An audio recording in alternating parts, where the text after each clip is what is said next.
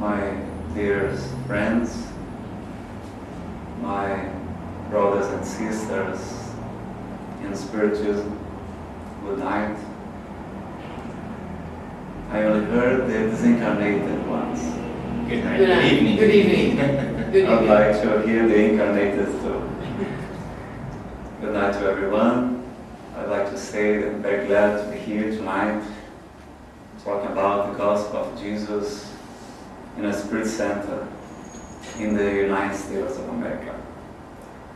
Our today's subject, I'm going to speak about the difficulties of living together in family. And we shall begin asking Jesus, our lovely Master, to give us, to bless us all and give us the inspiration to learn and to conduct this lecture tonight. Family is more important than we can imagine when we study Spiritism doctrine. We're going to see the Spirits telling us about the importance of family. In the Brazilian Spiritism Federation, in fact, there is a slogan. They say that family, life, and peace. Família, vida e paz. Because everything begins in family. The family is okay. We are not going to have many problems with drugs, with alcoholism. We're not going to have problems with suicide. We're not going to have problems of wars and everything. A good education, used to say Allan Kardec, that's the best solution for humankind. Education. Not the formal education, like the one that we learn in the schools, but the moral education that we receive in our families. And the Spirits tell us that until the 7 years is when the Spirit is more flexible, is more easy to be build his personality. Yes? And it was 150 years ago. The modern psychologists say exactly the same. Say that about 7 years old, the personality is completely fulfilled, is completely formed. The children is going to just get older, learn, but the characters of the next personality are already formed around 7 years old. Then we have this very special laboratory, that is the family. And I would like to ask you, why is it so hard to live together? I want your opinion. Why is that? Why do you have so many problems about living together? What would you like to say? I would say because in general you want people to be like you, to act like you, and you want to, people, it's hard to deal with the differences, to respect them. You usually want to impose always on the ones who live with us. Okay, Susanna is telling us that it's because of our difference, because we want to impose our point of view, our truth, and it normally is very hard. What else could we say? We're very selfish still. We want our needs to be attended first. Okay, if you can speak louder, it's better, because I can repeat that. Okay, because we are selfish, we need our needs to be attended first. So I want mine first, and they want their first. So nobody's getting their needs attended. So that creates difficulty in the family. Okay, because we are selfish. Yeah, yes, very good. What else? People from what's the name of the Spirit Center? Fraternidade e amor. Okay, would you like to help us? What else? Why is it so hard to live together?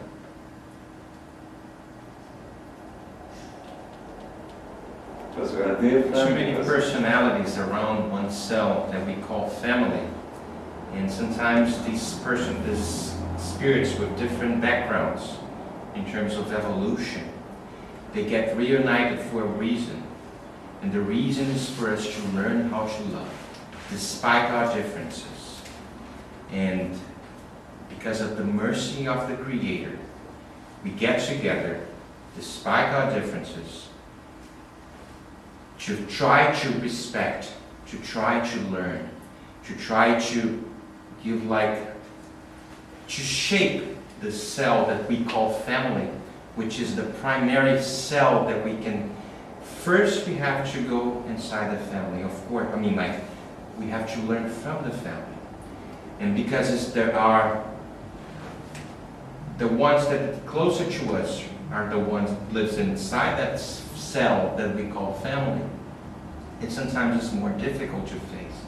It's easy for us to, it's very easy for me to be a nice person with someone from the Spiritist group, because we get together only for a few hours during the week. But inside the family, we face each other daily.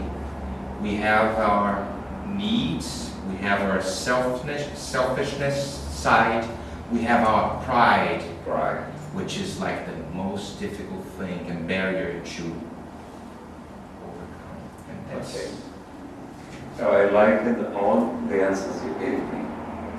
But we're going to start by the differences. It's because we are all different. And there's a speaker from Brazil, João Magolo, that used to say that God is very bad on it. God is not good in mathematics. And people stay astonished. But he explains, he says, it's because God only knows how to count until 1. He creates 1. And instead of multiplying this for 2, 3 times, 4 times, no. He creates 1 more, 1 more, 1 more. God only knows how to count until 1. He creates us, every one of us, is special, is different. Then we're going to have, in Spiritism, we take a look by the reincarnation too. Every one of us has different reincarnations. Everyone have come from different cultures. We are in different levels of evolution, and so on. And we have our truths. We are all different. The spirit that used the pseudonym of Hamed by the mediums Francisco de Espírito Santo Neto used to say that our only similarity is the difference. We are all different. We cannot compare human beings. So we're going to, in our homes, as Marcelo told us, it's going to be very hard to live because we are not using a mask like we use in the social groups, in the Spirit Center. We are in home, and the people that we are in contact with us every single day, they know our shadow, they know our dark side. That Carl Gustav Jung used to say that everyone has a dark side. And we don't like to look at our dark side, but our families, they are going to show us. And it's very good to us, because we're going to learn very much in the family. There is a spirit in a book, in many books, by Eva Pierracos, one medium. She's not a spiritist, but she has been a channel of 258 lectures in a very interesting study of self-acknowledgement. Divaldo Pereira Franco used to tell about her in the seminar Perdão e Auto-Perdão, and Divaldo responde número 2. It talks about Eva Pierracos and her work. And the guide, the spirit that used to be Eva Pierracos' mentor, he used to say that if life is a school, the relationships are the college, are the university. So you're going to learn a lot in family. Because they show us our difference, they show us our dark side, that we insist in not to see them. That's why it's so hard to live together. We have, see that we love our parents, we love our mommy, daddy, but living together, sometimes we're going to have some troubles, because it's very hard to live together. Then we have to maybe remember some advices. Dr. Deepak Chopra from India, who lives in the United States. He is a physician and he studies the psychoneuroimmunology, the Ayurvedic medicine, and he tells us that we can learn the unconditional love. Unconditional love is not as hard as we think. In matter of fact, it's very easy. And he told us what is unconditional love. Because the greatest psychologist ever, Jesus, has told us to do like that. At the end of the gospel, when he's almost saying goodbye to the apostles, he tells them, love each other like I have loved you, unconditionally. And then Deepak Chopra tells us that if we pay attention, if we listen to someone without, with no judgments at all, with no condemning, that's unconditional love. If you pay attention without judgments. Then we're going to remember about Jesus in Matthew 7. Do not judge, or you too will be judged. For in the same way you judge others, you will be judged. And with the measure you use, it will be measured to you. Why do you look at the speck of sawdust in the brother's eye and pay no attention to the plank in your own eye? How can you say to your brother, let me take the speck out of your eye, when all the time there's a plank in your own eye? You're a hypocrite. First take the plank of your own eye, and then you see clearly to remove the speck from your brother's eye. So Jesus tells us the importance of about not judging, and he's even more firm, more energetic. Is it correct? Energetic? He tells us about this in the Matthew 5:21. You have heard that it was said to the people long ago, do not murder, and anyone who murders will be subject to judgment. But I tell you that anyone who is angry with his brother will be subject to judgment. Again, anyone who says Raka to his brother is answerable to the Sanhedrin. But anyone who says, you fool, will be in danger of the fire of hell. Raka is an expression that means you're fool, crazy. So Jesus calls us our attention, it's okay, because sometimes I create some new expressions, no? Just like me. Just like it. And he tells us to not judge, to do not condemn anyone. He calls us even to love our enemies. How much more we shall love our family. So, our parents. Then we're going to see in all the gospel, in all the Spiritism doctrine, the importance of the family. What should we say else about living together? Nazareno, living together, it's hard, but what is the most hard thing is the critics. And I want to ask to all of you, I want to know if there anybody here that never ever been criticized in life. Please raise your hand. I would like to know. Anybody have never ever been criticized in life? Nobody saved it? Nobody ever. No? But I will tell you the solution for the critics tonight. Okay? Just 3 simple rules. The first rule is don't say anything. So people may critically you, criticize you. Criticize you. People will criticize you. Will criticize you. The second rule is as simple as the first. Don't do anything, otherwise people may criticize you.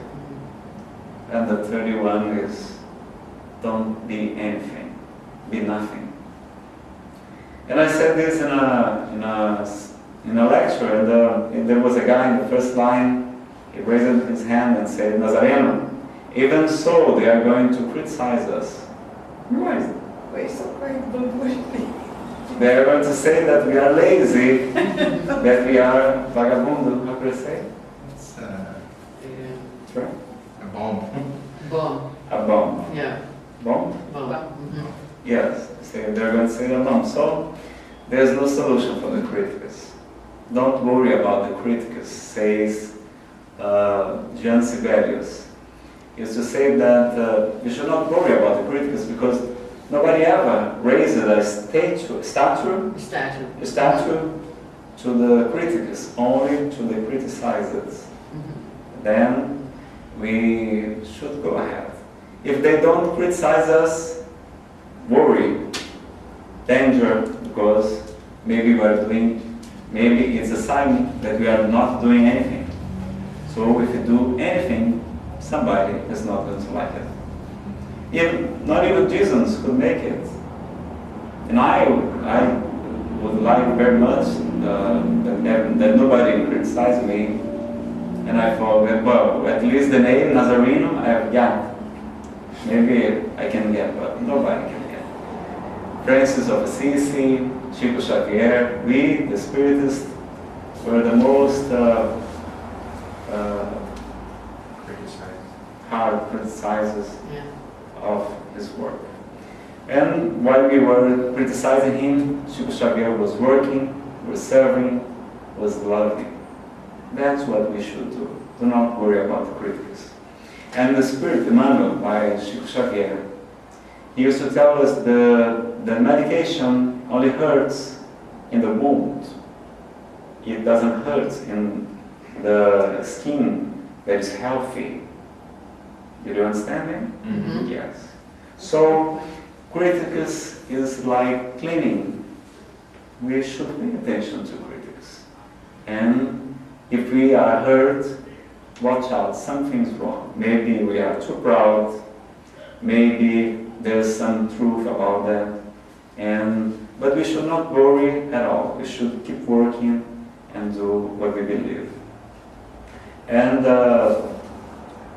living together, there's a lot of problems between fathers and children because are two different generations, different values. Our education is completely different, and we need to realize that it's easy for the parents go down to the level of the children, then wait that they grow up until their level. It's easy to become friends of them because sometimes we assume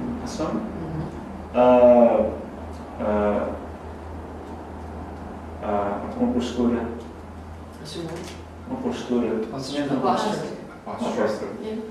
Sometimes we assume a posture that is not real. We want to be the police officers of home.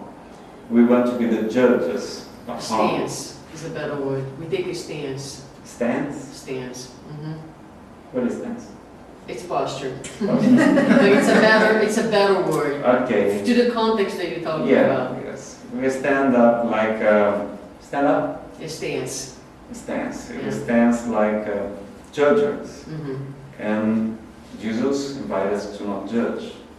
So maybe if the parents were not so far away from your kids, they could help them better. Because we are not here to save anybody. Allan Kardec tells us that the Spirit's mission here is to evaluate. To evolve. To evolve is se autoaperfeiçoar, contribuindo para a harmonia da To fé de improve, Deus, for self-improvement. to self-improvement, and contributing for the harmony in the universe. And so, we are not here to save anybody. We should detach from the result. We are very attached to many things, even to the results. And reading the Bhagavad Gita, the earliest book of the Hinduism, Krishna tells us that we should detach from the result. The result does not belong to us. So we are not here to save anybody. If you have a son that is an alcoholic or is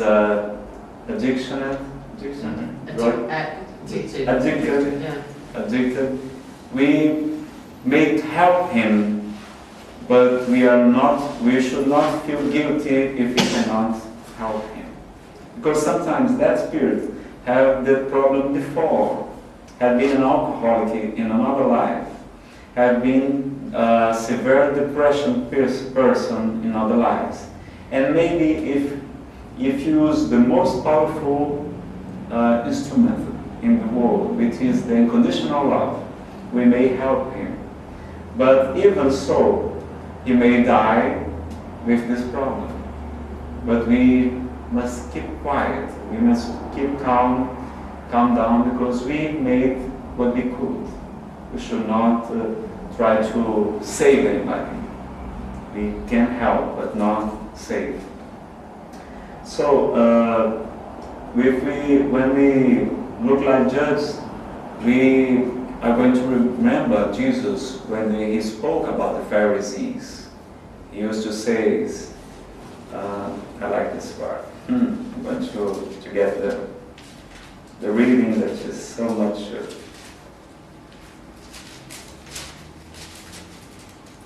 The teachers, woe to you, teachers of the law and Pharisees, you hypocrites. You look like, it was not this.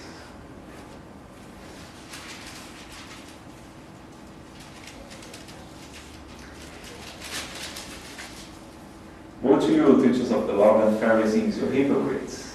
You are like whitewashed tombs, which look beautiful on the outside, but on the inside are full of dead men's bones and everything unclean.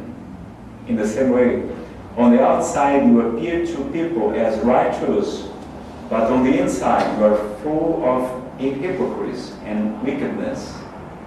So Jesus was, the Pharisees and teachers of the law were the people that Jesus was more energized with them, because they were standing in the higher level, away from the people, getting the people into guilty feelings, and many of them feeling with self-esteem low, because they were not so good as the Pharisees and the teachers of the law. Then Jesus they said again in Matthew 3:3, the teachers of the law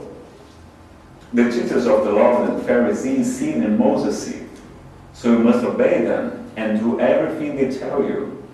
But do not do what they do, for they do not practice what they preach. They tie up heavy loads and put them on men's shoulders, but they themselves are not willing to lift a finger to move them. So the Pharisees, the parents that are away from the children, look like the Pharisees. They are hypocrites. It's better we go down to the level of our kids and try to help them. Try to be the best friend of our children. Because sometimes they are ashamed. They have no space to talk to us, because the fathers looks like the perfect one and the Superman, and the children does not is not comfortable to talk to his father or mother. Then we should be the best friends of our children. Alberto Almeida, one of the greatest speakers of Brazil, used to tell us that when the family is good and the family is okay, everything goes fine. And there was a slogan too about drugs that say that when the family gets closer, the drugs go away. So it's very important. If they are kids, because the most of them are going to taste drugs, who here they never ever tasted alcohol, at least in when we were young. The young people, they need to prove that they are strong. They need to affirmative themselves. Self-affirmation. Self-affirmation, and so on. So it's almost impossible that they do not taste drugs, at least alcohol. And we need to be beside them, by the side of them. So the father should say, oh, my son, I see that you're drinking alcohol. It's okay. I did it when I was young too. I got drunk a lot of times.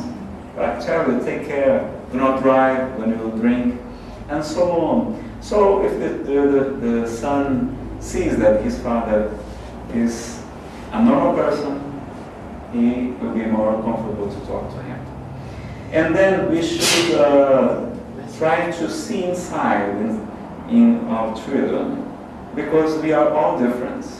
José Raul Teixeira, another speaker, tells us that one man told him, "Oh, I don't know what happened, because I created all my sons the same way, and one is good and the other is not good. What did I do wrong?" And Raul Teixeira told, you did exactly what you should not.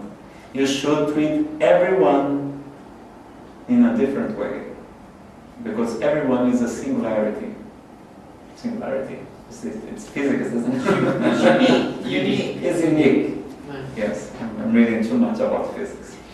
And everybody is unique, so even if you study the word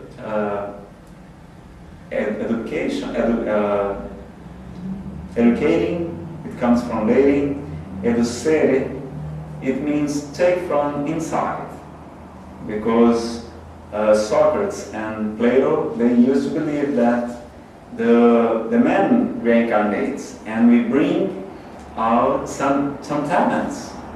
So we need to help our children to discover their talents and not to bury them, because that's what happens sometimes. And many times fathers and mothers, they force the children to be some kind of people that they shouldn't like. What I mean, let me explain. The father and mother, they want to project themselves, like in psychology. No, they want the children to be very well succeed. They want them to be a lawyer or a physician or a doctor, anything, PhD, and then they force them to follow another way that is not the way of that guy. So we need to respect them and to see the inside. And before taking the young man to a clinic of disintoxication of drugs, Adenauer Novaes, another speaker from Brazil, tells us that we need to look forward the emptiness that there is inside of them. Because the drug, because the alcohol is trying to fulfill that emptiness. And sometimes this emptiness is a depression, is a sexual problem, is a very strong shameness, and so many problems. Problem with his daddy or mother. Because studying reincarnation, you're going to see that sometimes we're going to have the same family, old enemies from other lives. As an enemies that are rule? No. According to the gospel, according to the Spiritism, we're going to see that the rule is that in the same family reincarnate spirits that have some affinity, that have some love, have some experience together. But we're going to see that here and there, you're going to have, by the reincarnation, an opportunity to help people that we have hurt before. Then sometimes in the same family, we're going to have a son that he has been an enemy of his father, and so on. And we need to take this as a great opportunity to help that spirit, because as the spirit evolves, he's more responsible. And then we accept to come back and say, I will take him as my child, and I'll help him. I'll try to repair the mistakes that I have done before. You see? Another question, 258 of the Spirit's book. There's a very important question. Allan Kardec asked the good spirits, choice of trials. Before incarnating, does the spirit foresee what will happen to it in its new life? The good spirits answer, yes, the spirit plans the kind of trials it will undergo. It has full use of its free will. You see, so the Spirit says that we plan our reincarnation, the kind of trials, the kind of problems that we got. Not every problems, of course, because we're living in a trials and expiation world. So we're going to have new trials here. But maybe the most important of them, we may have accepted before incarnating. And normally our family is programmed. Yes. And it's not by the chance that we are beside that people. They have a lot of things to help us. A lot of things that we are going to learn by living together with them. They are going to show our dark side, which is the one that we need to see. We need to accept our bad things and love ourselves even so. Because we need to love God, love our neighborhood as ourselves. And we need to forgive ourselves, to accept ourselves as human beings. But our pride, that the Spirit says that it is the father of almost every vices, is it correct? Vices. It's the father of almost every vices. It's the father of all vices. It does not sounds good, but it's okay. It's in the chapter 10, item 10 of the Gospel according to Spiritism. The Spirit tells us that for the pride, because we are so proud yet that we cannot see why we do things. We believe that do things because we are good, because we want to do charity, good works, but sometimes it's not it. Sometimes we have problems with self-esteem. Like me, I found out in the psychotherapy that I became a speaker because I have a low self-esteem, and I try to compensate it by speaking. You see, there's a lot of things to discover about ourselves. That's why it's very important to know ourselves. The question 119 of the Spirit's book. What is the most efficacious way to improve our evolution and to resist to the evil? And the Spirit of Saint Augustine tells us that know thyself, know yourself. The self-knowledgement importance. So we are going to know very much about ourselves in family. That's why the relationship is so important for us. Many people are trying to live alone. Many people are getting divorced. And if you remember, on the Spirit's book, there's a question too. Allan Kardec asks us, what's going to happen with the finishing of marriage, of the monogamy? There's going to be a recrudescence. It's going to come back. It's a setback. A setback of selfishness. So sometimes we see that people are afraid to get hurt.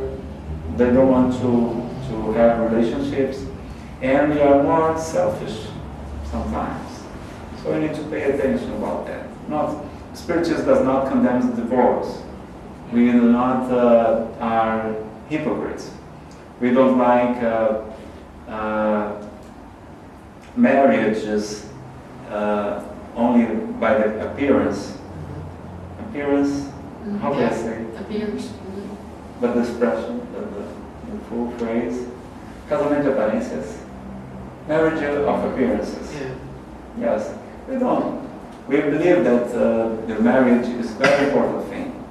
But if the people are together and they are struggling each other very hard, if they are hurting each other physically, if they are disturbing the education of the sons and the children, they may think about the divorce because they are getting more problems to solve later than apart.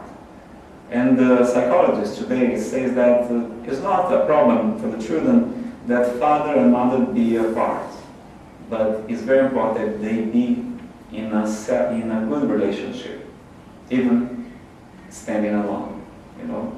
So we would like to say that about marriage, and we should talk about pardon, about forgiveness. Yes, pardon me. And it's very important to us to learn about pardon. And at this point, Jesus was very energetic too about the pardon. And my spiritual guide is very gentle with me, he's very benevolent. Does this word Yes. exist? Mm-hmm. Yes, thank you. And but in the question of forgiveness, he's very energetic too. He's radical. He takes by the word.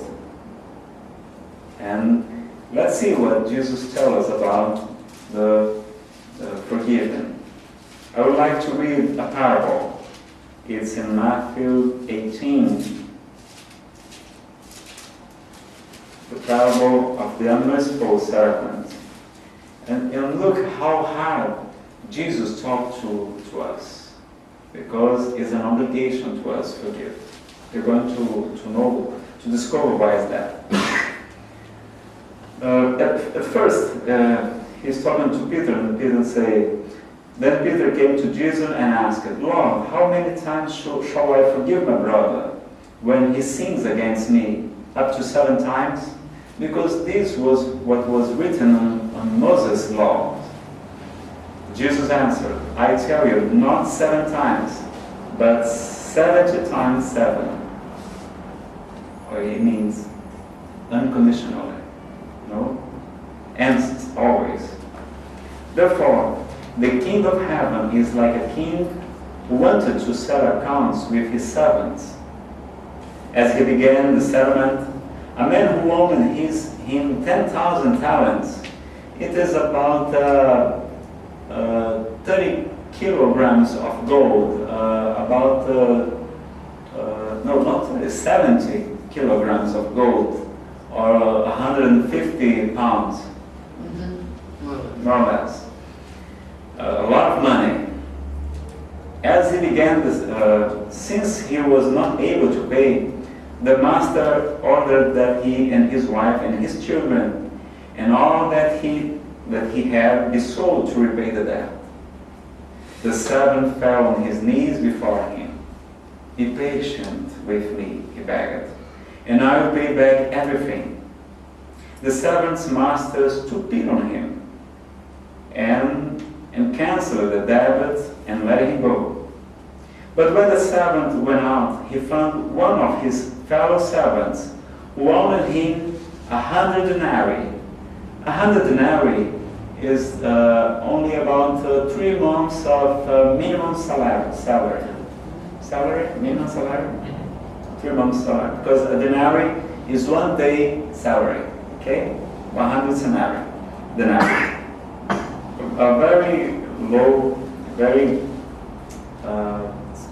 small quantity. Yes. And he grabbed him and began to shock him. Pay back what you owe me, he demanded. His fellow servant fell to his knees and begged him, be patient with me, and I'll pay you back. But he refused. Instead, he went off and had the man thrown into prison until he could pay the debt. When the other servants saw what had happened, they were greatly distressed and went and told their master everything that had happened. Then the master called the servant in. "You wicked servant," he said, "I canceled all the debt of yours because you begged me. Shouldn't you have had mercy on your fellow servants just as I had on you?" In anger, his master turned him over to the jailers to be tortured until he should pay back all he owed. This is how my heavenly Father will treat each of you unless you forgive your brother from the bottom of your heart. From the bottom of your heart. See how Jesus was energetic about the parable? It's very important to us to understand that. But Nazareno, if I forgive my brother, I'm going to be connivente. I'm going to say he is correct. No. Forgiving is not to say that the people is not wrong. It's not to be against the person. When my son offends me, when my son treats me bad, we should not let him get away from home because he's sick. He's not okay. This moment is when we should get even closer to him because he's infirm. The Bible used to say that who is happy does not hurt anyone. If that person hurts anyone, he's not okay. So we should take a look at them as a person with problems. And we may take a life easy too. We should see everyone as our parents. I had a very funny experience. I was in Fortaleza, where I came from, and there was a lady in our group. We are studying the gospel according to the Spiritism, and then she told me, "Nazareno, today I had a very interesting experience." And what happened? I was in my car, and there was a steady stream of traffic. Wow, it's good. I learned the first English book I've heard. A steady stream of traffic, and in Fortaleza it's very hot. My car doesn't have air conditioning. And I was sweating a lot, and I was very angry because I saw that the traffic was because of somebody has stopped by in one place, like Philadelphia, double line. Mm-hmm. Double line? Double line. Double line, yes. And then I said, when I get by the side of this guy, I'm going to tell him some words, some things. And then when she got there, she opened the window. When she looks inside the other car, who was there? Her mother. Her mother? Yes. Then she couldn't say a word. And then our spirit guide told me, "Nazareno, when you'll be driving, imagine that everyone is your parent, and especially the women, because women don't drive well. Don't you agree with me?" We'll forgive you. We'll forgive you. We'll forgive you for that. Just kidding. From the bottom of our hearts. Just kidding. Women drive very well. It's true. I agree. They drive better than men. Yes, they do. But they forget one very important point. Almost all of them have learned to drive with a guy, with a man. Isn't that? Yes. And then when I drive in and that old man cross around me, Yeah, cuts me. cuts me on oh, Papa, oh, Grandpapa, Yeah. oh, the Alzheimer is getting him mad, you know, it's making him go crazy, and he must be hurried because he wants to see the grandchildren, and so on. We should take a look and see that woman that we don't like her, but we should think like this: if that woman was my mother, how would I like that people treat her? If that little guy that is there, that is so boring, if he was my son, how would I like to that people treat him? So life gets so much more easy if we do that. Okay? And we should take life more easy when the wife wake up and the husband is not with good humor, good mood, then she shall look at him and say, hey honey, today you are even worse than tomorrow, than yesterday even, and laugh about it. And the man, when he arrives at home, that he see the women with box in the hair, what do you call this? Oh, yeah. Rose. Rose. With rose in her hair, with lenço covering. Scarf? No, it's not a scarf. We don't work. Yeah, it's like, yeah. We don't use it. It's like, yeah. Yeah, with the rose. She looks like an extraterrestrial. Then the man should say these words, says Vivaldo. Honey, go to the coffer, o cabeleireiro. Hairdresser. Hairdresser. Go to your hairdresser, I'll pay it. Vivaldo say with these last two words, I'll pay it. Solves everything. It does everything. Solves everything, you know. And so take life at easy because we need to forgive them. Why not? But there are some problems that we cannot forgive. How am I going to forgive a murderer or a terrorist or a child killer or a raper? How can I forgive this? Well, we're going to see that we are living in a world very primitive. We are living in a trial and expiations world. And we are going to see that, and some people may ask, Nazareno, would not be so much more easy if God put the good spirits in our world and the bad spirits in the other world, so we will not have these problems? Wasn't that? Because we see that there are good people in the world, isn't there? Marcelo, Susanna, all of you, good people. Yeah, sure. And there are people that are not so good. Why does God allow them to be together? Couldn't God imagine what is going to happen? Yes, He will imagine. But He's not worried about our clothes, because our body is just clothes. God told us, why are you so worried about we're going to wear or what to eat? Isn't the body so much more wealthy than the clothes?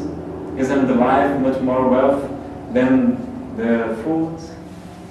So, we need to understand this. That, and Allan Kardec asked this in the spirits books. Why God allows the good spirits to be together with the bad ones. I would like, before that I want to ask you, whoever ever haven't created chicken here? Had a farm of chicken? Here? Here in this group? All your parents? No. No? Had been a farm of chicken? Or? You have any brother? Any Yes. Then when there's somebody, I ask them, when you used to create chickens, do you allow them to be close to the wolves? To the fox. close to the foxes? I said, no, Nazareno, it's not good. Let the chicken close to the foxes. And why does God allow them to be together? Why do they allow the good people to be together with the bad people? Why is that? And the Spirit's answer to Allan Kardec is because for the bad ones, it's very useful. Because they learn with the good ones. They learn with the love, the unconditional of the woman, of the mummies. They learn with the father's orientation. They learn with their masters in school. They learn in life, they get better. And for the good ones, it's very useful because the bad ones serves like a proof to them, like a trial. So in the gospel, the spirits tell us that the bad people are instruments to our evaluation. Evolution. And never, never can say correct. So they are trials to our evolution. But there will come a day when those people are going to be set apart. It's the apocalypse vision that Spiritism tells us to. Allan Kardec studied it too.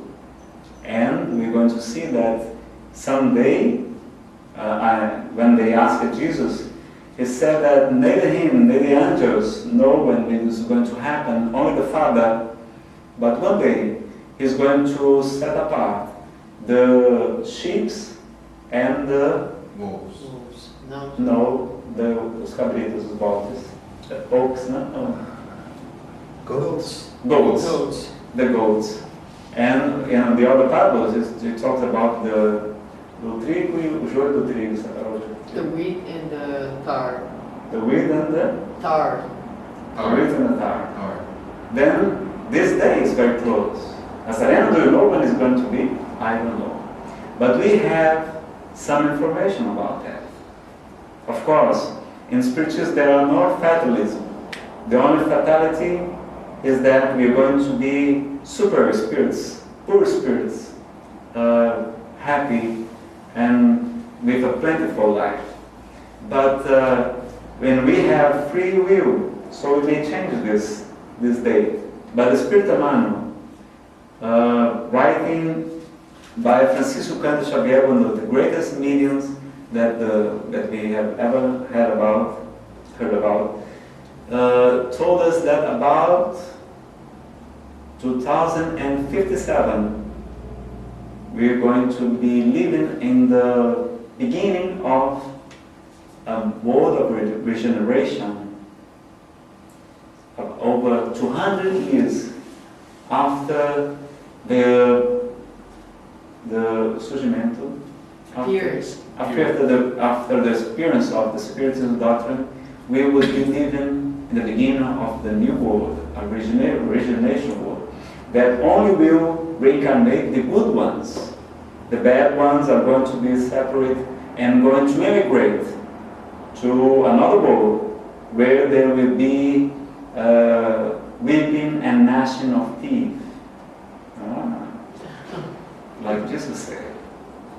And Emmanuel has told us too that after the Second World War, some spirits, they are not being authorized to reincarnate in Earth already. They are already being set apart. So we are living a very crucial moment. This reincarnation is very important for all of us.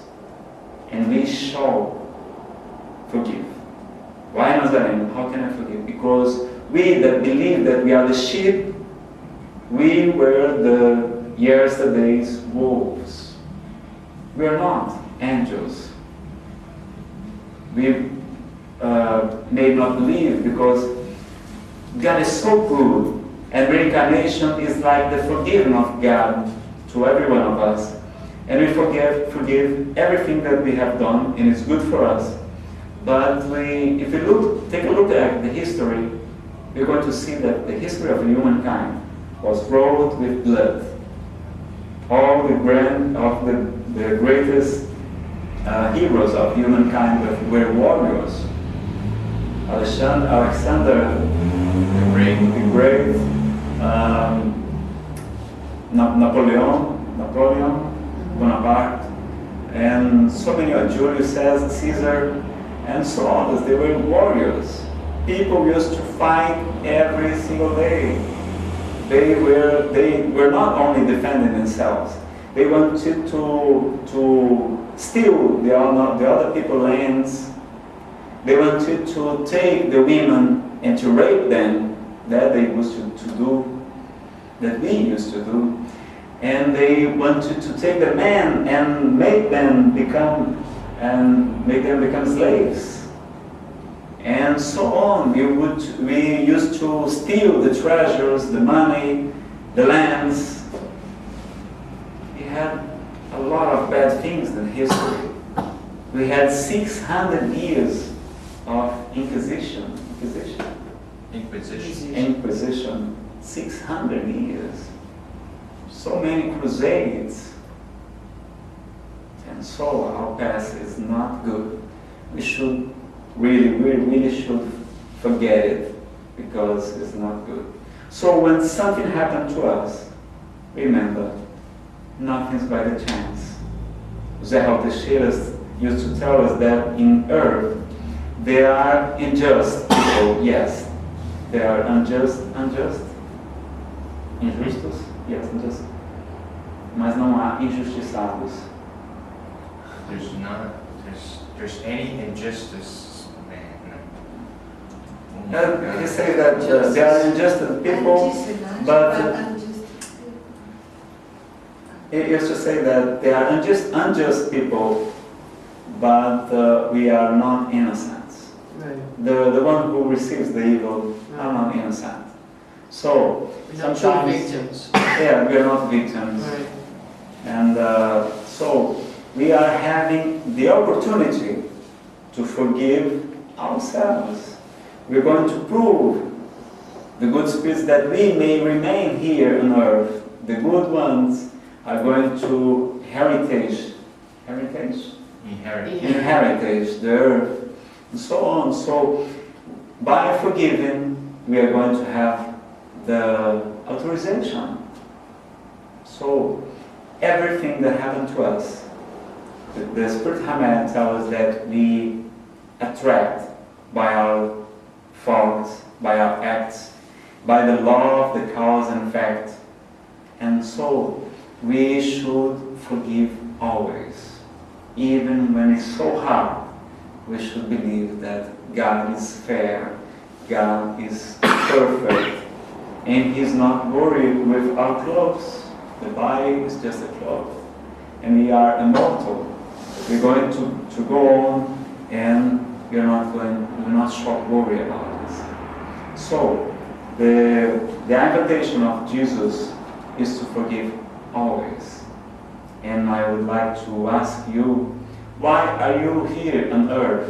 Do you know why are you here on earth? So we can finish our lecture tonight. Why are you here? To learn how to love. Yes. Wow, this guy is good. He gave the answer that I was preparing to the end, but it's okay. Learn to love. You, what do you think? Why are we here on earth? Yeah, to grow, I would say, grow spiritually, morally, and intellectually. Okay, very good. To grow spiritually, morally, and intellectually. What else could we say? Don't you know what you are doing here on earth? Nobody told you where you are? Okay. Why? What are you doing? Well, learning from each other and helping each other. Learn and to help. What else could we say? I think it's opportunity to repair all the we've done in the past and simultaneously. We are here paying debt Yeah. from the past. Spiritists love Correcting this. mistakes. We're correcting mistakes. Yes. Otherwise, we wouldn't be here for The sure. Spirit somehow tells me that, Nazareno, you should not talk about debts. You should talk about credits. God gives you so many credits. You should thank so much, and you should beg for job, beg for opportunity to do the good. If you too take a look in your past, you will know what I'm talking about. So, I was in the Spirit Center in Fortaleza, in this gospel group, study group, and the monitor, sim, Supervisor. the teacher, Continue. No, quem é monitor de ética? The supervisor, the não é todo oeste de vocês, assim. Ah, Instructor. The instructor. instructor. The instructor asked me, and I used to read the Spiritist books a lot of years ago. I was a Spiritist of officer, you know. I never went to have been to in a spirit center for 3 years. I have just been reading. It was only good because I read Kardec, and it's very important to us to learn Kardec. Kardec's the basis of the spiritism. But then he asked me, do you know why you're here on earth? I said, yes, I know. We are here to evaluate. To evolve. Yeah. To evolve. Jesus. To evolve. We are here to pay our debts from the past. Because in the past we have may have done bad things. We are suffering here because this is an exception, this is a world of trial and expiations, but in the future is going to become a world of regeneration, so we're not going to have so much suffering. Some of us are here in missions, and we talk, and I thought I was being great. And he looked at me and said, Nazareno, it's nothing like this. I said, well, how is that? I read this in the Allan Kardec's book. He said, what you said is correct. Allan Kardec is right. But everything that you said is only because you didn't do the most important goal of our lives. And what's the most important objective of our lives? Who was the most superior spirit in earth? Jesus of Nazareth. And which is the commandment that contains all the law of the prophets? Love your God with all your mind, all your spirit, and love your neighbor as you love yourself. He told us only to love. So our mission here is to learn to love, like Marcellus told us. We only loving, we're going to evolve. We are only paying debts from the past because in the past we didn't love as we should love it, as we should have loved it. Only with love we're going to repair our debts, because love covers the multitude of sins. And so I want to tell that you should not give up loving. Believe in love. Because the Spirit says that love is the force that is inside the atoms and molecules. Molecules is the cohesion force, força de coesão. Cohesion force. Cohesion force is love. It's the love of God that sustains all the galaxies. And so, never give up on love, okay? And I would like to thank Susana, Marcelo, and all of you being with me tonight. Thank you so much.